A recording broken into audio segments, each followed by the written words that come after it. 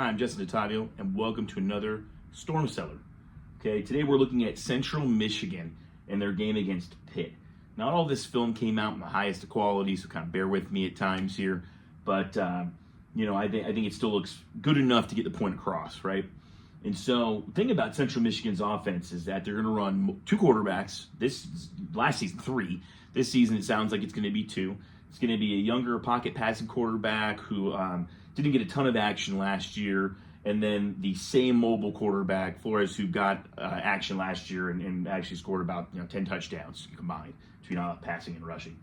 You're going to see multiple tight end / fullback type sets, and so you've got a twins look here. You're going to wind up with tight ends in the game, so really a trips look with a nubbed kind of guy off the edge there, tight end. So you're getting tight ends. You're getting a lot of packages, personnel packages, because at times you're going to have these other quarterbacks, multiple running backs.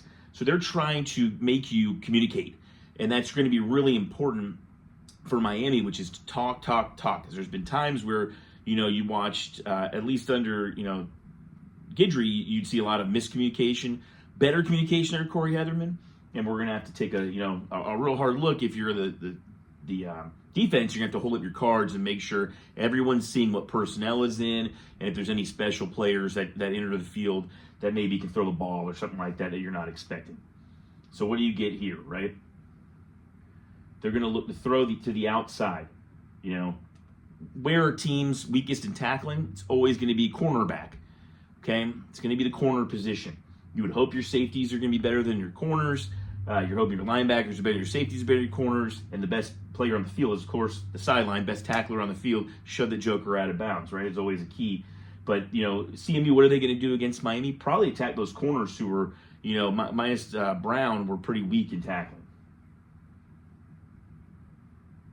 So there you go. You got a nice little fight. You get in the end zone view here. Snap the ball. He's going to throw the swing. Pretty common concept. Receivers have to be great at blocking on the outside, and they're going to force you to tackle, right? Tackle out in space. So that's something important to think about when you're Miami this offseason, is that you have to improve your tackling in space.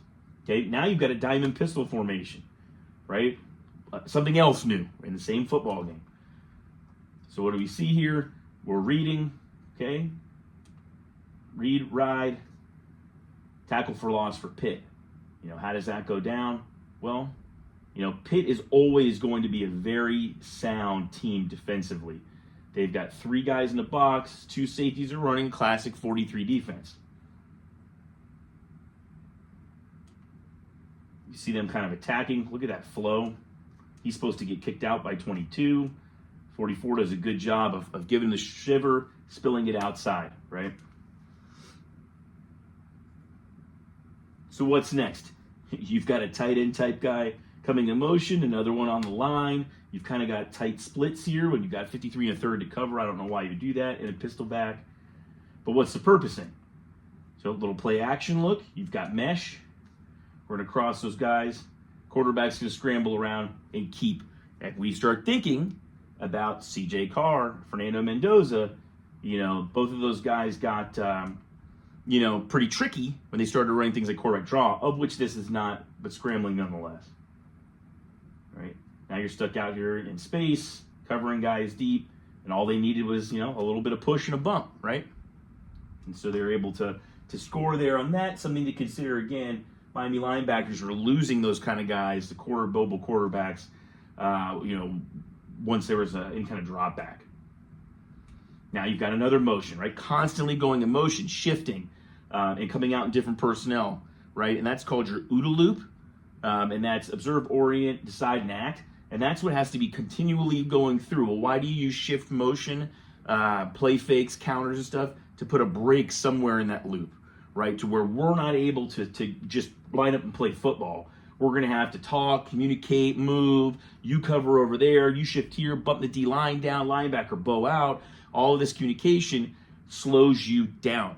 Defensive football teams want to play fast and just line up and play ball, right, and be aggressive. All the extra stuff slows the players down. So here, a little play action. Is you step up, fire. Connects on that jump ball. That's It's not like G4, 6, whatever the hell teams don't have talent. They have athletes. They put guys in the NFL, right? And you can see, I mean, this is an NFL catch. High point the ball. He throws the ball right where only his guy can get it. Deep, middle, late. Risky thing, but it was one-on-one. I guess he felt a little more comfortable with it. Right, the last of the offensive clips from CMU, we're back in here. Mario would drool over this kind of thing, right? You've got two backs. I think he's a 68, so it's, offensive line fullback stuff, pair of tight ends, only one receiver, you're under center. Cristobal's going to really enjoy watching this. Pitt's in a 5-4 defensive set here. And you're coming out, it looks just like it's going to be, old school ISO. Quarterback fakes it, boots out, fires, finds himself a guy in the end zone. There's even a defensive pass interference. So that end zone cam,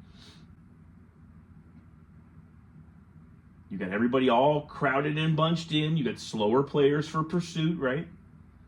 A little bit of shift, get in a formation, fake it, boot, find that guy. Great throw, too. Great throw. So that's cool stuff there. I like what they do. Now, I always like to give you guys, and this is where the quality of the film kind of dipped off on where I got it from. I always like to give you guys the idea, right, of what's open. So what would be open against CMU? Little play action, he sits back. He's got to push the pocket a little bit, firing, gets a guy to have a nice little dump off.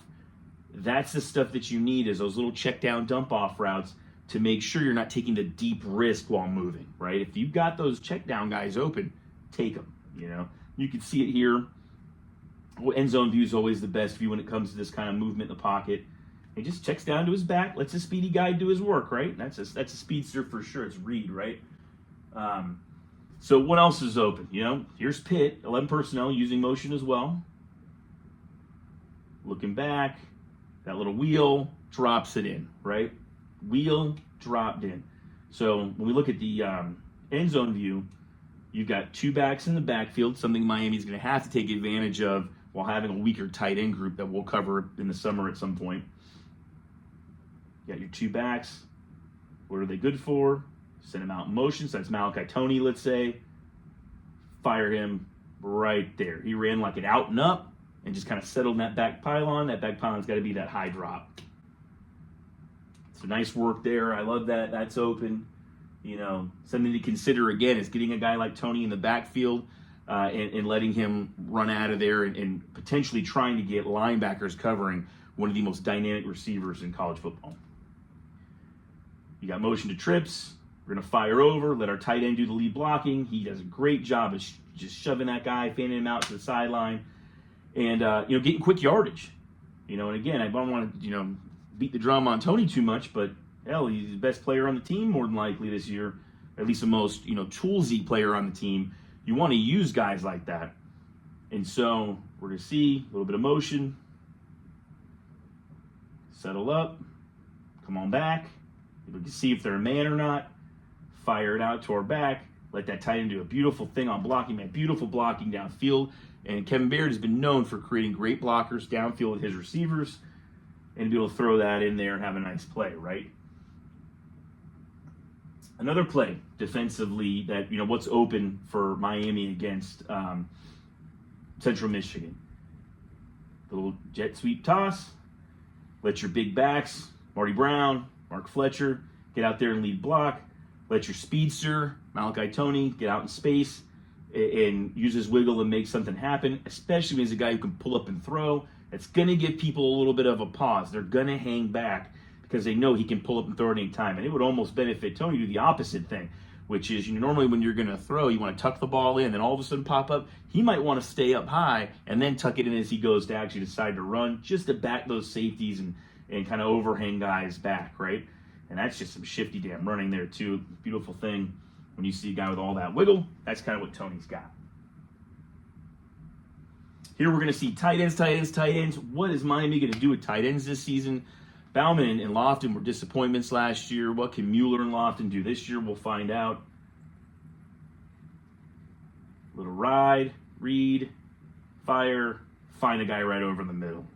I love the use of tight ends all the way since back in my days of playing Tecmo Super Bowl and Madden. And obviously, as a coach, always had a tight end to run routes like stick, mesh, Y corner, Y cross, stuff like that. You can see him drop right in there. Those athletic, tall, rangy tight ends are extremely hard to cover by linebackers because they're not going to be as fast or tall, and they're hard to cover if it's a safety because safeties aren't going to be as tall and typically aren't going to be able to body them out, just like if you were trying to box out in basketball and grab a rebound. So hopefully one of the taller, bigger tight ends can really become of use this season. That or one of the Josh Moore, something like a big body receiver can be used as well. And that is what is open against Central Michigan's defense for the University of Miami. I hope you guys enjoyed the Storm Cellar. This time covering the Chips.